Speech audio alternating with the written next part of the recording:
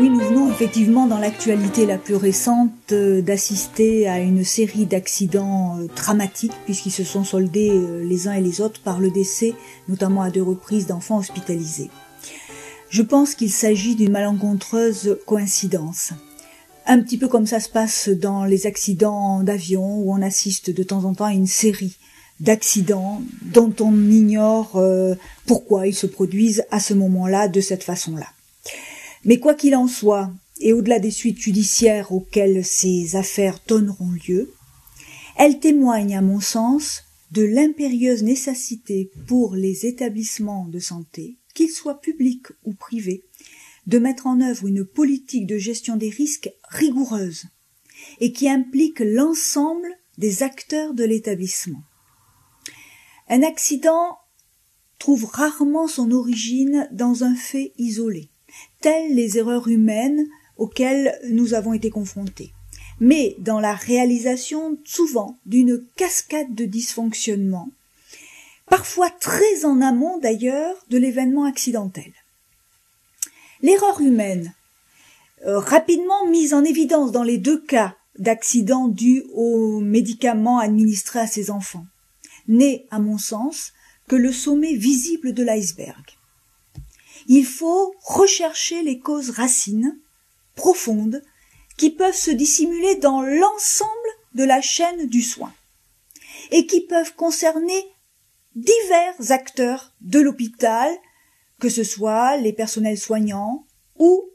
non soignants. L'amélioration du circuit du médicament, de la sécurité du circuit du médicament est une action prioritaire en termes de gestion des risques et les établissements sont fortement incités à travailler sur ce sujet puisque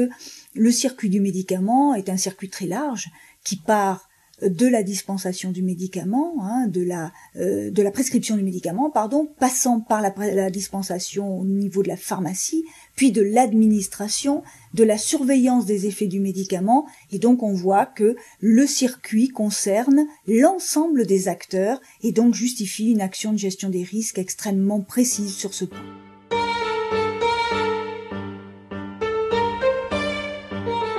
L'établissement est responsable de l'organisation qu'il met en œuvre et à ce titre, il se doit de mettre à profit des patients la meilleure organisation, ou en tout cas une organisation qui assure la meilleure sécurité dans l'administration des soins.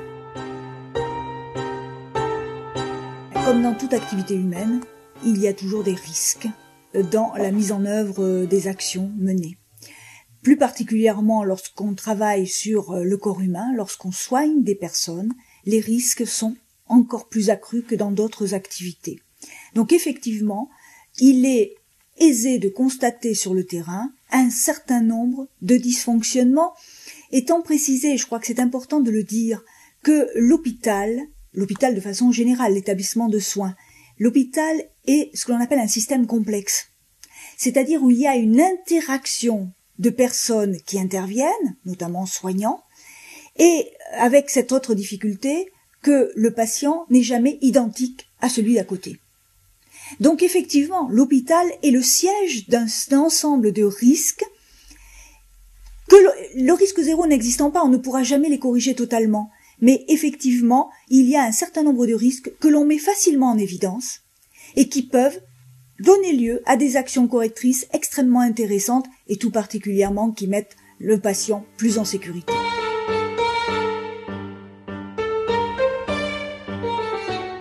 Alors le manuel auquel vous faites référence, certainement le dernier en date, qui vient d'ailleurs de paraître, qui est le manuel V2010, qui a été effectivement mis en œuvre par la HAS, comme les autres manuels, il a cet intérêt de comporter un certain nombre de référentiels, c'est-à-dire d'éléments mis en évidence et qui sont en quelque sorte des rappels pour les établissements afin de vérifier s'ils ont bien mis en œuvre un certain nombre d'actions, qu'elles soient correctrices ou qu'elles soient des actions à visée de procédures ou de protocoles qui permettent justement d'éviter ces risques.